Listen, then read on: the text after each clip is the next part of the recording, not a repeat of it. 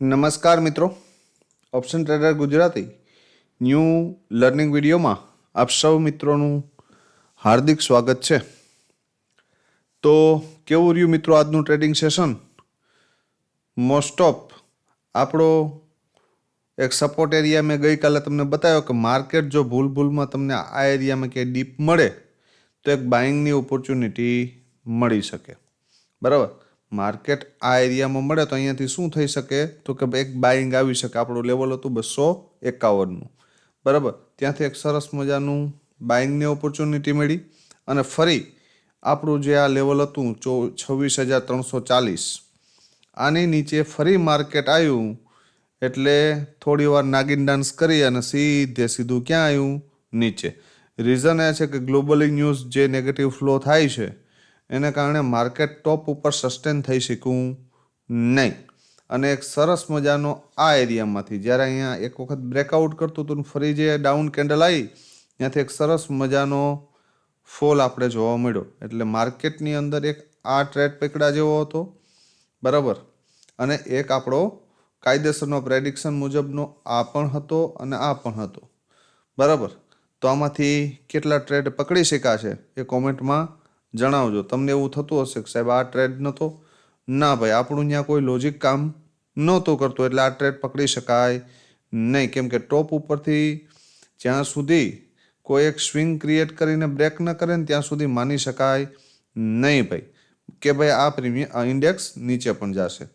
Premium ઉપર જોઈએ, સૌથી પહેલાં જોઈએ આપણે કોલનું પ્રીમિયમ કે ભાઈ કોલના પ્રીમિયમની અંદર ઓપોર્ચ્યુનિટી ક્યાં હતી.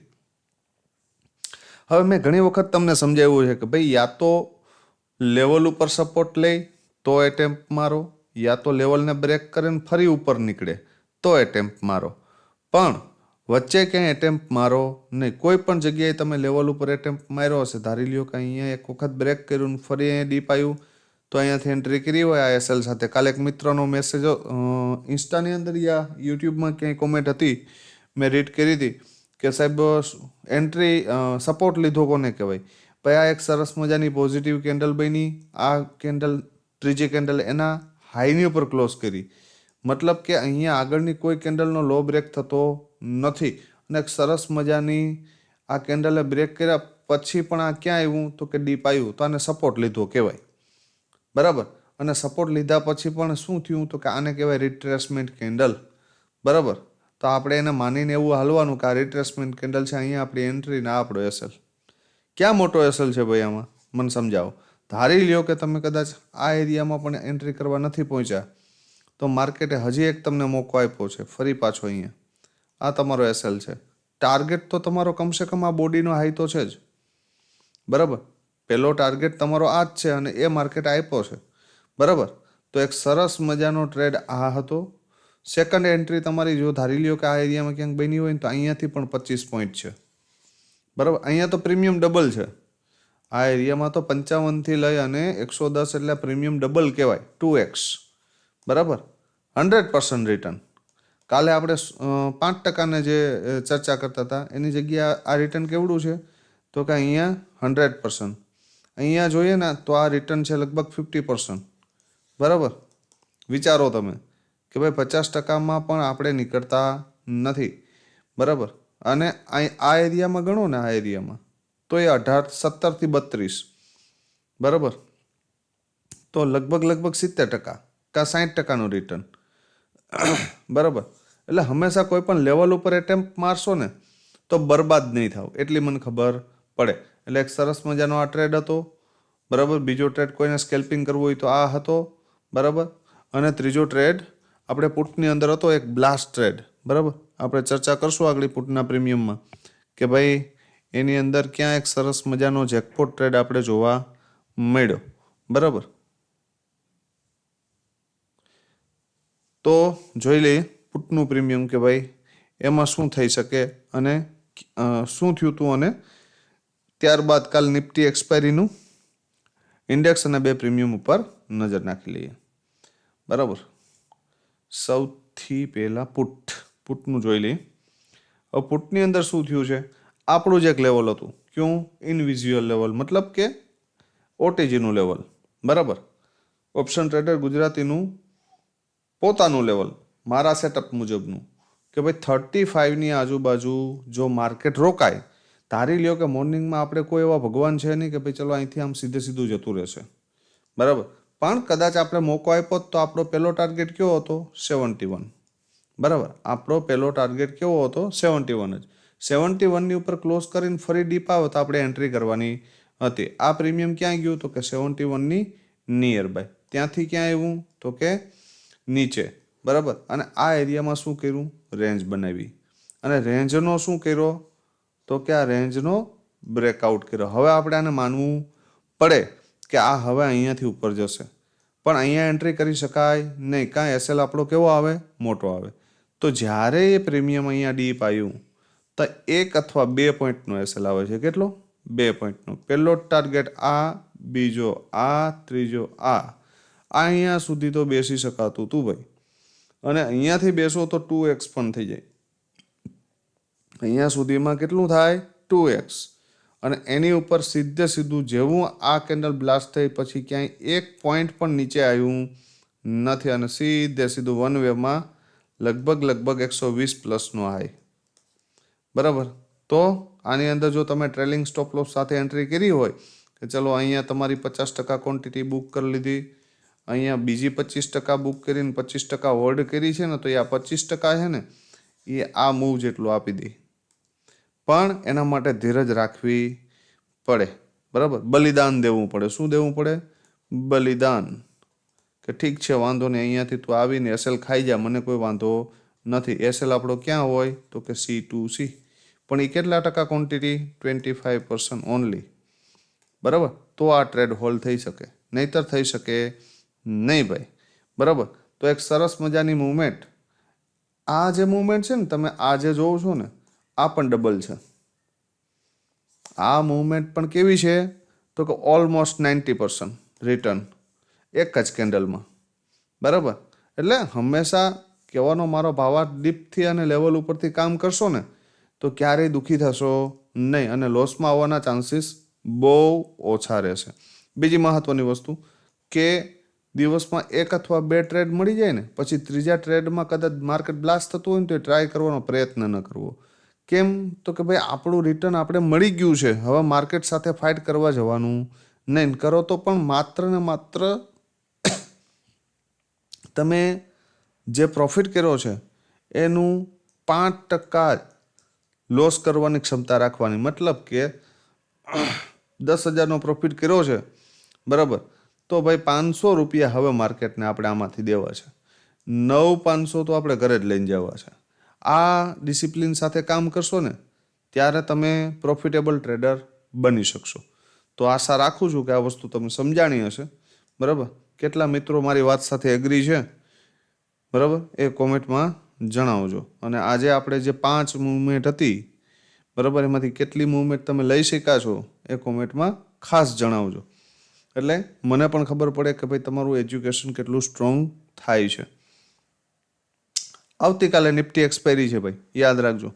આ રેન્જ છે, આ મિડલ રેન્જ તો મેં તમને આપી છે ખાલી, બરાબર. બાકી મેન રેન્જ કઈ છે?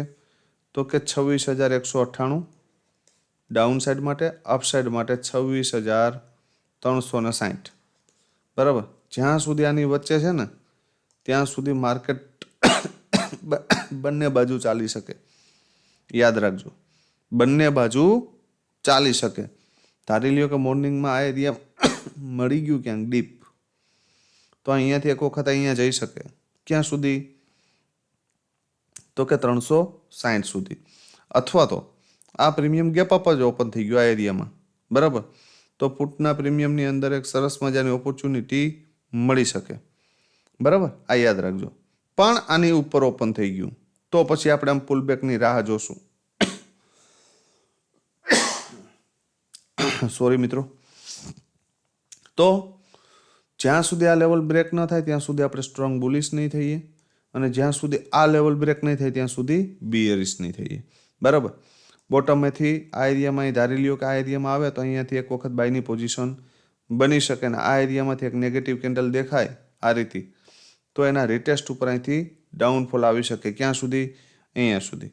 આ બે ઝોન છે ને મહત્વના છે આવતીકાલ માટે, બરાબર? આ ક્લિયર રાખજો. આની ઉપર નીચે ઓપન થઈ ગયું તો એક વસ્તુ અલગ છે. તો આ બધા નીચે આવશે. ધારી લ્યો કે 26,112 ને બ્રેક કરશે તો 26,000નું રાઉન્ડ લેવલ જોવા મળી શકે, અને 360 ને બ્રેક કરશે તો 500નું રાઉન્ડ લેવલ જોવા મળી શકે. એમાં કોઈ મોટી વાત છે નહીં. પહેલાં 450 પછી 503, બરાબર? હવે જોઈ લઈએ આપણે કે આવતીકાલે બંને પ્રીમિયમની અંદર શું થઈ શકે.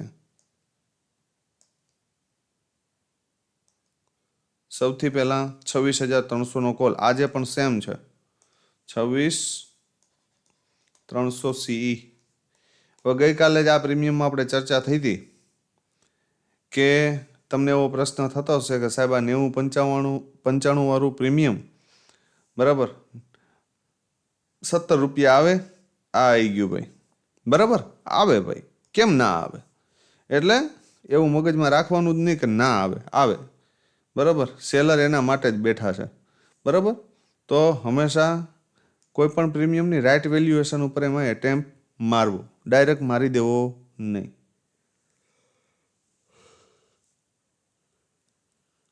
26,300ના કોલમાં બેસ્ટ ઓપોર્ચ્યુનિટી ક્યાં મળી શકે? આપણે એક 15 મિનિટની કેન્ડલનું ક્લોઝિંગ કોની ઉપર જોઈએ? 32ની ઉપર. 32ની ઉપર એક 15 મિનિટની કેન્ડલનું ક્લોઝિંગ આવે, ક્યાંય પણ આવે, 50 આવે, 58 આવે, 70 આવે, ક્યાંય પણ આવે, અને ફરી તમને આ લેવલ 32 અથવા તો આ લો 16 જો ટેસ્ટ થતો દેખાય તો આમાં એક જેકપોટ સેટઅપ મળી શકે, યાદ રાખજો. અહીંયાથી આમ સીધું જઈ શકે, બરાબર? આ ક્લિયર રાખજો. જો મોર્નિંગમાં 16 રૂપિયાને બ્રેક કરી દઈએ તો ડાયરેક્ટ નહીં તો હપ્તે હપ્તે આપણે ભૂલી જશું. ફરી આ 16ની ઉપર નીકળશે તો આપણે વિચારશું, બરાબર? આટલું ક્લિયર. 16ની ઉપર ફરી અહીંથી જ્યાં સુધી નીચે છે ત્યાં સુધી આપણે આના સામું નહીં જોઈએ, પણ ફરી જો 16ની ઉપર નીકળ્યું ને એનું રિટેસ્ટ આવ્યું તો આપણે આમાં એન્ટ્રી કરી શકીએ. અને 32 બ્રેક કરે ને તો 58, અને એનાથી ઉપર જાય તો 86 સુધી જઈ શકે. ધારી લ્યો કે મોર્નિંગમાં ફ્લેટ ઓપન થઈ ગયો આ એરિયામાં, અહીંયા સપોર્ટ લેતું દેખાય, અને જો 32ને બ્રેક કરી દે ને તો વન વેમાં જે મળે એ લઈ લેવાનું. અને પછી જો પુલબેક ઉપર તમને મળે ને આ એરિયામાં ક્યાંય સપોર્ટ લેતું 25 લઈ, 30 લઈ, ક્યાંય પણ સપોર્ટ લેતું દેખાય, બરાબર, તો એન્ટ્રી કરી શકાય. અને પહેલો ટાર્ગેટ 58, બીજો 86, ત્રીજો 113 સુધી જઈ શકે. આ મગજમાં ક્લિયર એન્ડ કટ રાખજો. હા, 16 રૂપિયા નીચે જશે તો આપણે ડાયરેક્ટ નહીં તો હપ્તે હપ્તે ભૂલી જશું. આ પ્રીમિયમ ધારી લ્યો કે 58ની ઉપર જ ઓપન થઈ ગયું, ક્યાં? 58ની ઉપર. તો પછી આને પુલબેક મારવા દેજો, યા તો 58ને સપોર્ટ લે, અથવા તો 58ની નીચે નીકળે ને ફરી ઉપર નીકળે તો પણ એન્ટ્રી બની શકે. અને પહેલો ટાર્ગેટ 86, બીજો 113 એન્ડ 141 સુધી જઈ શકે. તો અહીંયા પણ 3x થઈ જાય, બરાબર? એટલે બે ઓપોર્ચ્યુનિટી યાદમાં રાખજો. ફ્લેટ ઓપન થાય, બરાબર, અને આ લેવલ બ્રેક કરે તો રિટેસ્ટ ઉપર આની અંદર બેસી શકાય અને આ બે ટાર્ગેટ મળી શકે. બીજી કન્ડિશન એ કે ગેપ અપ ઓપન થાય આ એરિયામાં અને આ લેવલ બ્રેક ન કરે અને અહીંયા સપોર્ટ લઈને અહીંયાથી જ એન્ટ્રી બને તમારી તો 141 સુધીના ટાર્ગેટ મળી શકે. અને ધારી લ્યો કે માઇનોર એવું ફ્લેટ ગેપ અપ ઓપન થયું અને આ પ્રીમિયમ 40-50ની આજુબાજુ ક્લોઝ કરી પહેલી 15 મિનિટની કેન્ડલને, ફરી તમને ડીપ મળે તો પણ એન્ટ્રી કરી શકાય અને આ બે લેવલ માટે જઈ શકાય. આનાથી ઉપર જાય તો 113. આ 3 કન્ડિશન મગજમાં ફિટ રાખજો. યાદ ન રહે તો લખી નાખજો એક ડાયરીની અંદર. હવે જોઈ લ્યો લાસ્ટ પ્રીમિયમ પુટનું કે ભાઈ એની અંદર શું થઈ શકે. પુટ પણ છે 26,300નો પુટ.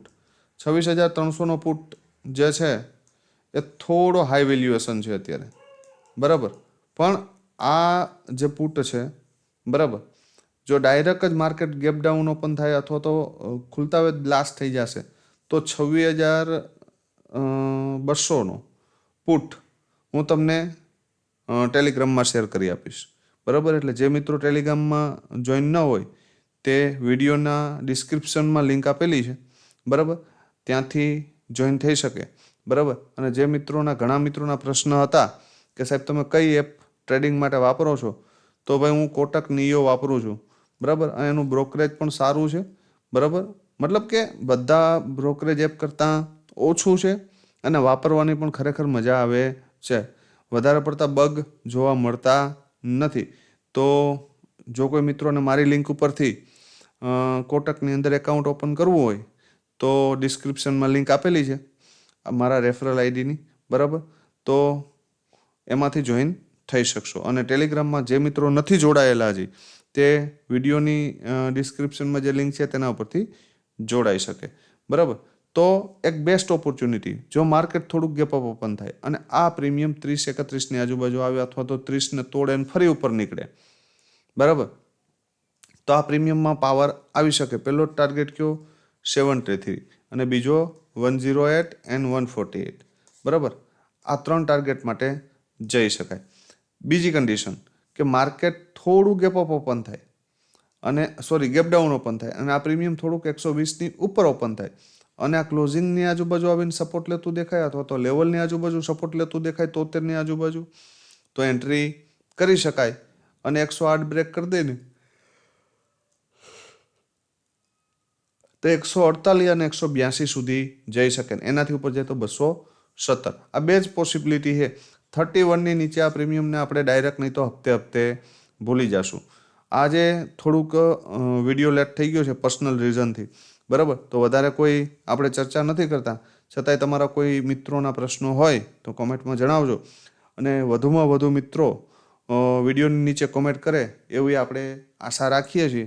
કેમ કે આપણે જે કંઈ પણ આ કન્ટેન્ટ આપીએ છીએ એને માટે એફર્ટ આપીએ છીએ, બરાબર? મિનિમમ 2 કલાકનું અને રેગ્યુલર એફર્ટ આપીએ છીએ.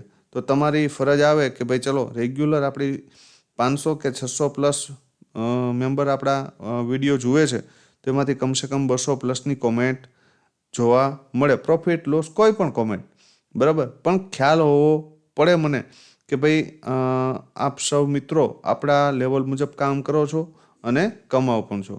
તો જોઈએ આજે કેટલી તમારો પ્રેમ કોમેન્ટની અંદર દેખાય છે, બરાબર? અને વિડીયોને વધુમાં વધુ કમસે કમ જે મિત્રો ટ્રેડિંગ કરે છે તેના સુધી શેર કરજો, જેથી કરી આપણા જ ભાઈઓ ઓવર ટ્રેડિંગથી બચી શકે, બરાબર? તો આવતીકાલે ફરી મળીશું નવા વિડીયોમાં. ત્યાં સુધી જય માતાજી, હર હર મહાદેવ.